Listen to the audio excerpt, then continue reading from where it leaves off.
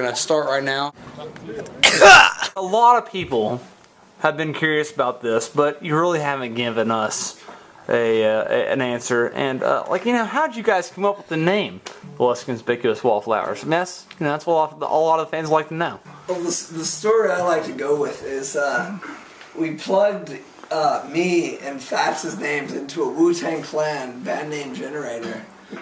And this is what we got, basically. Less Conspicuous Wallflowers. You see, he tells that because he's afraid to take credit for the fact that we were just like talking to each other, and then he came up with it.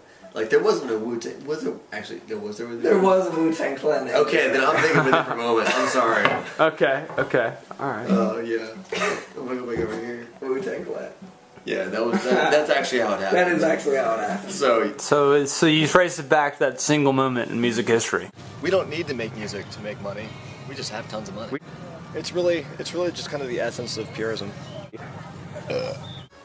So recently, in an interview with Pitchfork, you said your genre can best be described as post-punk or post-music. Can you please elaborate on that? Because that is mind-boggling for some. Well, you see, music is based on the fact that it's orchestrated. And everything we do is not. So, rather than saying we're not music, we say we're post-music. Because we don't need it. Music is... Although we provide it, we don't need it. But exactly. But haven't the Grateful Dead done that already?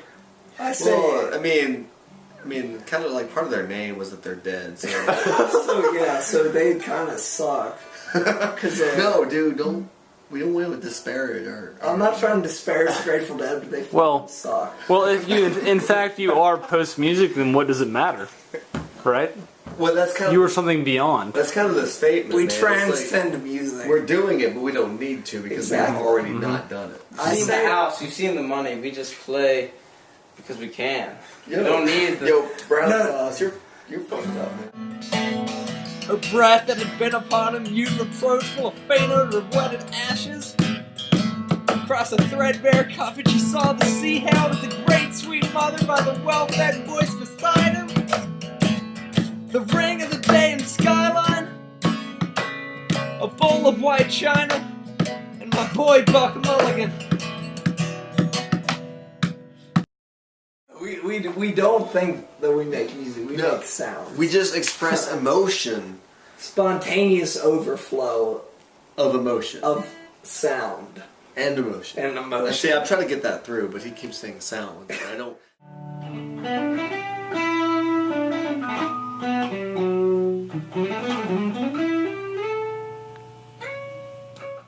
Your most recent EP, Phantasmagorium, it was released to incredible reviews, but it did not sell many copies. Do you think that your decision to only release the EP on an 8-track format had anything to do with the modest sales?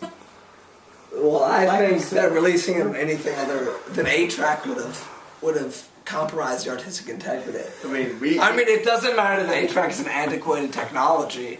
And you have to drive like an 86 Ford to use the it. The people who drive 86 Fords really, really loved it. They really loved it. Yeah. Okay. I mean... So if you need to buy an 8-track to buy our record, then do it. This is a very functional object. You know, your music has a very organic and natural sound to it. I mean, how do you capture this essence? How do you capture that in your records? Where does that come from? I guess it just comes from messing around. Wait. We really just let it go. We've had a 30-minute track where we just run shit and just... This is where a lot of confusion comes out. You see, we do what we do, and then we assign meaning to it later. We do what we do, and people say what they do. And ascribe meaning to what we do. Yeah. So we do what we do, and they do what they do. So the meaning behind anything is already like a second and third hand experience. We just want to create that experience by shutting it. They have progressed into post-colonialism, but I'm curious. This is no one's. Well, this is. I'm very curious. How do you become postmodern? Please. Please elaborate on that. Understanding where postmodernism failed and then failing in the same ways. Exactly. You know that you're gonna fail. That is utter genius. You know that you're gonna fail, yet you do it anyway. So postmodernists failed. Yeah. We see that we will fail. I'm in the We presence do of it and utter we fail. genius. We fail in a predictable way.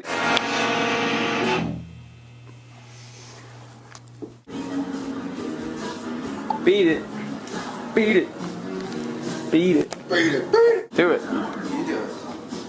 I'm not doing it. Why don't you do it? Your lyrics contain quite a few allusions to the the masterful work of James Joyce. This question again.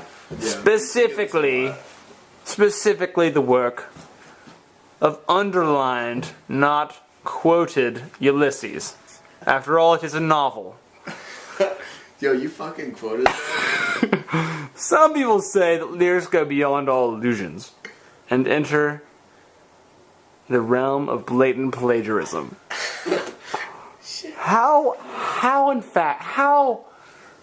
I dare you, would you respond to these allegations? I would have to say that I guess that terrible lyricists imitate, real lyricists steal. Do you know T.S. Eliot was actually the one who said that? That's what the fuck! Postmodern, we don't avoid plagiarism. We just Alright, use yeah, it. I plagiarized. How do you think your viewers will respond? I think my viewers will enjoy the music regardless. If you saying so I'm getting this. You're saying there's no original idea. This guy's also which here. is an incredible thing to me because I completely agree with it. But being post music and there being no original idea, wouldn't you also be pre-music? See, I've said this before. Dear God, that is genius. Who are you, sir? Please let us know. My name is TJ. Are you part of the band? Not yet. Yo. Are you I once was, but are you a hipster? I fuck once as well? was in their pre-music days, but I'm not yet in their post-music days. Indeed. Indeed. He's the guy that just shows up to a lot of our concerts. We let him hang out. We've given him the name Funky Kong. Funky Kong. You're involved in a serious interview here, and one of your members seems disinterested. Yo, he's fucked out of his mind. No, He doesn't know brown what the hell's sauce, going yeah, on. dude. Brown sauce. Seriously? Do you guys smoke weed? Can't you tell? Start looking at me right now. Well, brown sauce. I will give the viewers my most astute observation, and I will say this member of the band is high as balls. Yeah. It's actually like a classifiable designation, high as balls. He's past drinking. He's sober, dude. Don't worry about It's it. a 5-year plan. He's abiding his addiction to alcohol by substituting it with other not quite as harmful things Like like acid, like and heroin, mescaline and acid. I mean, mushrooms. he did PCP the other day.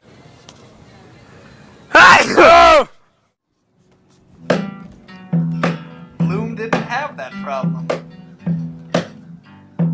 Because he was from a family of immigrants.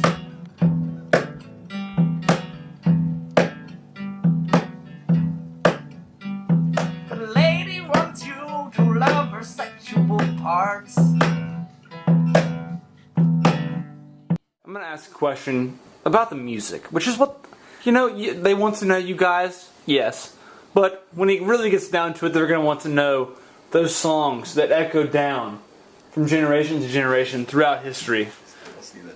Yeah. And That's pretty cool. Yeah. and in fact they will ask about the process that you came to unravel in order to name these songs that will always be remembered.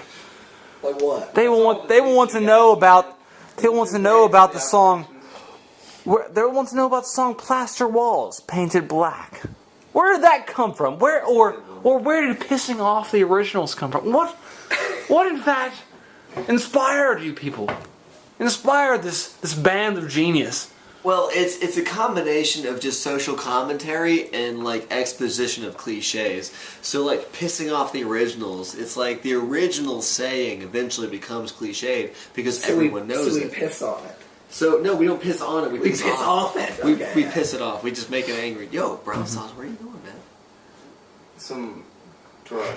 No, man. Man, I need some stuff. No, he has to go to the bathroom. He's trying to make himself sound cooler.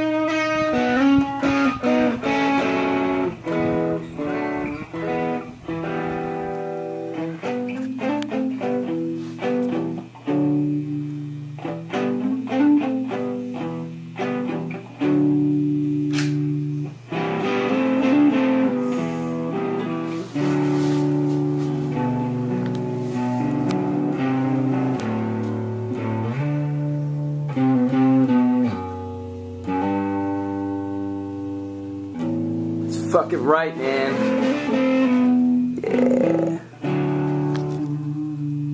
Yeah.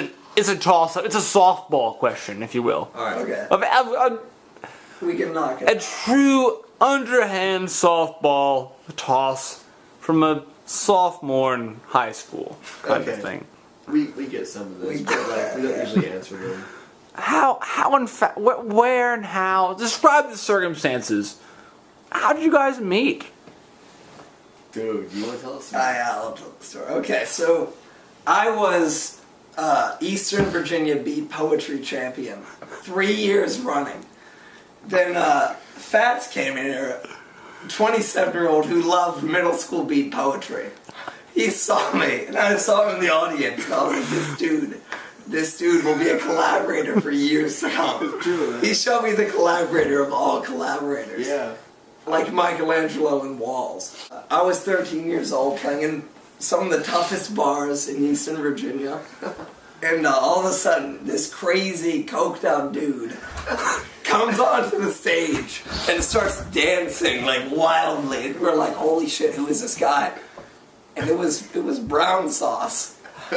We've never actually known Brown Sauce's real name. He just, when he gets into real states of like huge, when he's like really high, he just starts like mumbling brown sauce, brown sauce, brown sauce. So like that's what we call him.